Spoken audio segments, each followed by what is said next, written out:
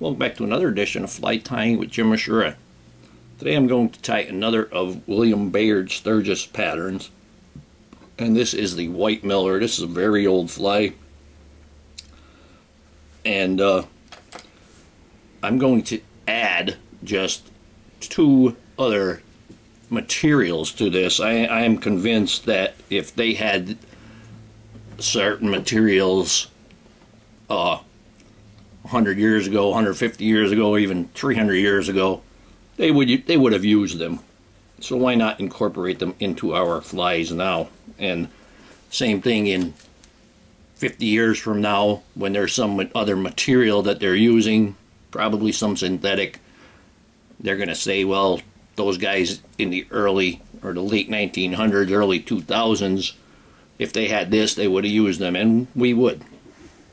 But anyway, the pattern White Miller is, the body is white silk floss, and for larger sizes they used white chenille. I mean, that's got to be a really large one.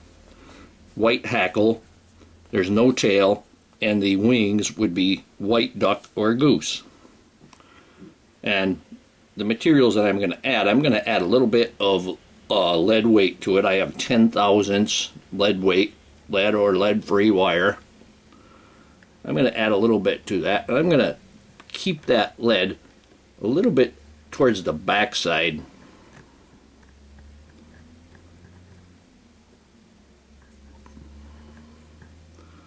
Give it, I don't know, 8 to 10 wraps. Sounds pretty good. The reason for this is that I want that to help the fly get through the water column. But the hook that I'm using, this is a Maruto D04. This is a size 10. This is a dry fly barbless hook, and the reason I'm using this is because it has a nice wide gap, and I'll most likely be fishing for smallmouths with these, so I want that wider gap on there.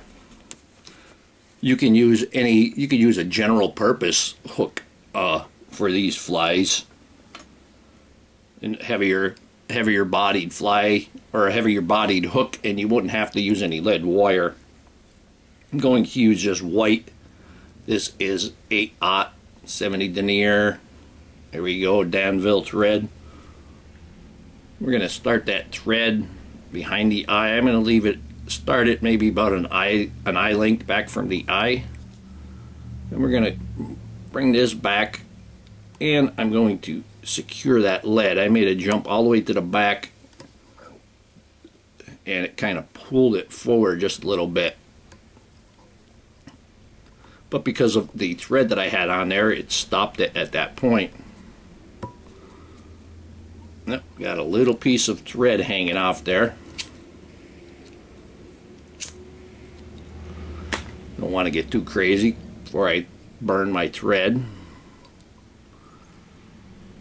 First thing we'll put on will be that stainless steel wire, and the purpose of this wire is to help protect the body of your fly. I don't know if they made wire that small, like I said, 100 years ago or more, but they used tinsel and not wire back in the day. Back then. And we secure that. Now I'm going to take my white floss. This is single strand acetate floss. And yes, this floss, if you put the fingernail polish remover on there, it will turn it hard. But that isn't the reason why I bought this. I bought this because it is single strand. We're going to secure that and bring that up. Now we got kind of a lump towards the back there, but we'll fix that with the floss itself. We're going to go ahead and wrap this, and I'm leaving it flat.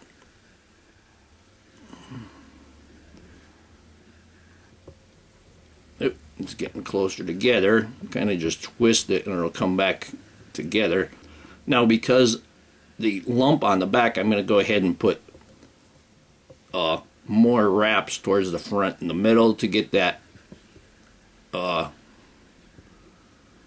actually go all the way back and come forward. But you can make the taper with your floss. This is a wet fly, and it's going to be moving through the water, so having that taper even is not that big of a deal, because it's going to be moving through the water and they're not going to really key in on the shape of the body. And we're going to tie that back, and we'll get rid of that floss. Take that poke and snip and get rid of that. Now we're going to take that rib and we're going to counter wrap that. Opposite direction we wrapped our floss. And like I said, this is for the protection of that floss body. White mayflies do happen on trout streams, and they are very good. It's a very good hatch to fish on a nice cold trout stream in late August, September. Actually, could be hatching today. Could have hatched last night. But with that hurricane storm that came through, the water is way too high. Go ahead and remove that. Now we're going to take our hackle, and we're going to use a white hackle or a cream hackle. Again, when it's moving through the water, they're just going to see that whiteness from the cream or the white. I'm actually using a dry fly hackle here because the size is much better. And we'll tie that in. And we're going to give this maybe 2 to 3 wraps.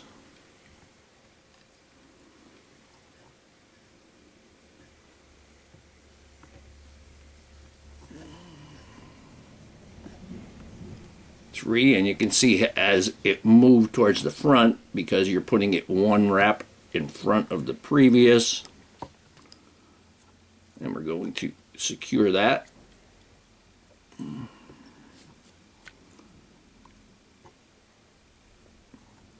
Gonna hold everything to the back before I even take the hackle off, and I could wrap back on it, and I wrap back on it pretty far.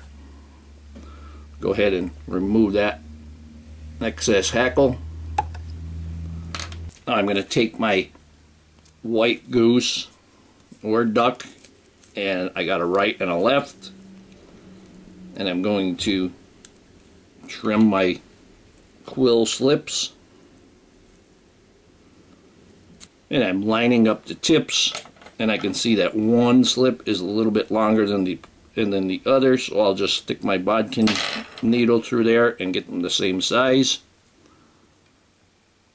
And we're going to make this wing just a little bit longer than the body. I'm going to just hold them tightly in place, and I have these convex sides together. Take a loose loop, pull it straight down, you'll see them lift. There we go.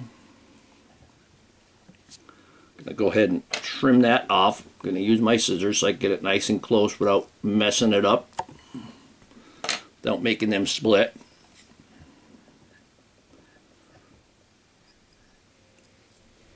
And we'll go ahead and tie that head off.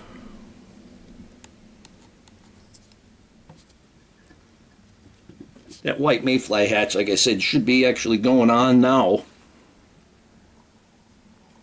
And we're going to take our whip finish.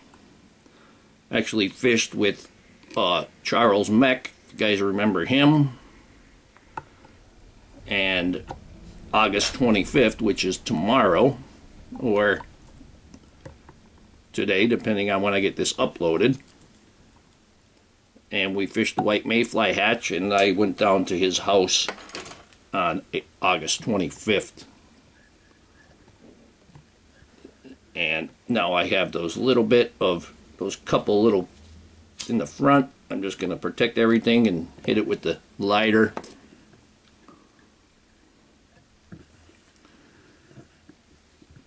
And here we have the white miller. Like I said, use this during the white mayfly hatch. Just cast it across and let it swing. You'll catch fish with it. You'll see a lot of hits, and if you've never experienced that white mayfly hatch before, it's something to see, even if you don't even fish it, if you just see it. On the Susquehanna River, sometimes it gets so heavy that they close bridges down because it's worse than a blizzard. It makes the road real slippery too. But use this, sweep it across the current underneath. You could actually use a dry fly and use this as a dropper and let your dry fly actually skate across the top. The white mayflies, a lot of times they don't get out of their shucks, and their shucks are hanging off them, and they fly real close to the water, especially at first, until there's so many that they have no choice but to rise above the water. But those shucks keep them really close, and they'll drag across the surface, and the fish will hit them then. Let me go ahead and put a little bit of head cement on there.